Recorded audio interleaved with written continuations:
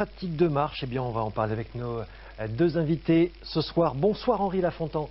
Bonsoir. Merci beaucoup d'être avec nous, vice-président du comité de randonnée pédestre de Nouvelle-Aquitaine. C'est une terre de randonnée notre région. Absolument. Nous avons des Néo-Aquitains qui adorent la randonnée, une appétence extraordinaire et nous l'avons vu en période de Covid.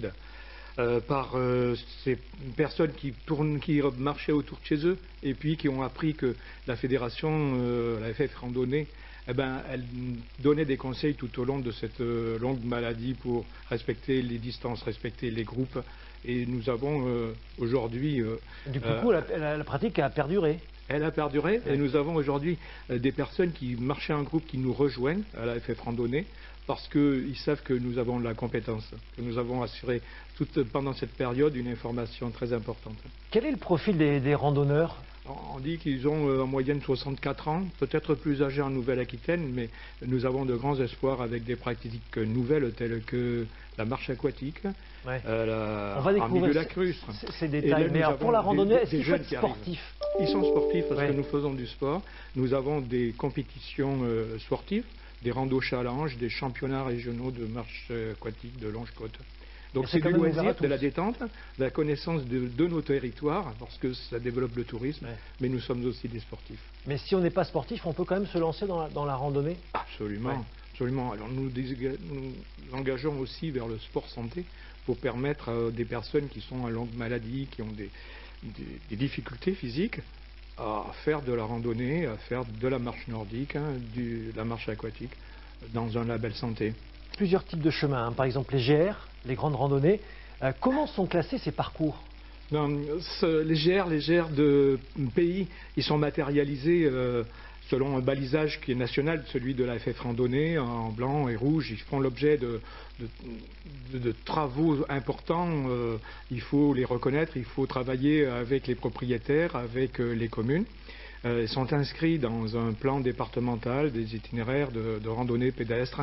Ils sont homologués et c'est une marque de la fédération. FF Randonnée, les GR de pays.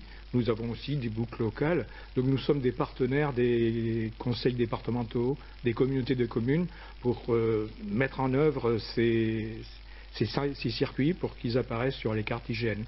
Et notamment aussi sur les guides que vous publiez, sur que ce soit à la campagne ou en ville aussi. À la campagne et en ville, parce que nous permettons aux urbains de découvrir les milieux, les forêts, la campagne, mais aussi par nos échanges avec nos clubs FF Randonnée, les ruraux viennent aussi faire de la randonnée en ville.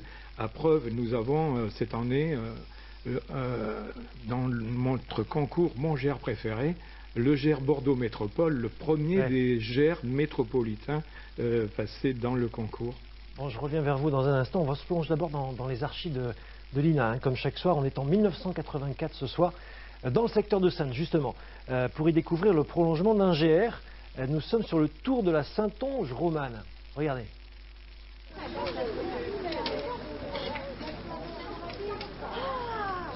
Il y a d'abord l'amour de la nature, la découverte d'un patrimoine très riche en Charente-Maritime et aussi un sentiment d'amitié qui lie tous les randonneurs.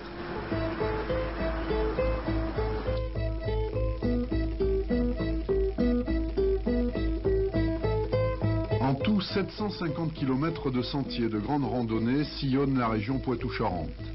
Dernier né en Charente-Maritime, le tronçon final du GR 360. De Pont à Talmont, il propose aux marcheurs un tour de la Saintonge romane. À certains endroits, le GR reprend les traces des pèlerins de Saint-Jacques-de-Compostelle. Sur son trajet, le randonneur trouvera près de 70 églises romanes. Ce nouveau GR va amener de nouveaux randonneurs, un plus. Nous avons toujours des gens qui viennent à la randonnée parce qu'ils ont vu des marques ou parce qu'ils nous ont vu passer. Et ils ont envie d'essayer de marcher avec nous et je dois dire que presque toujours ils restent. Oui, regarde.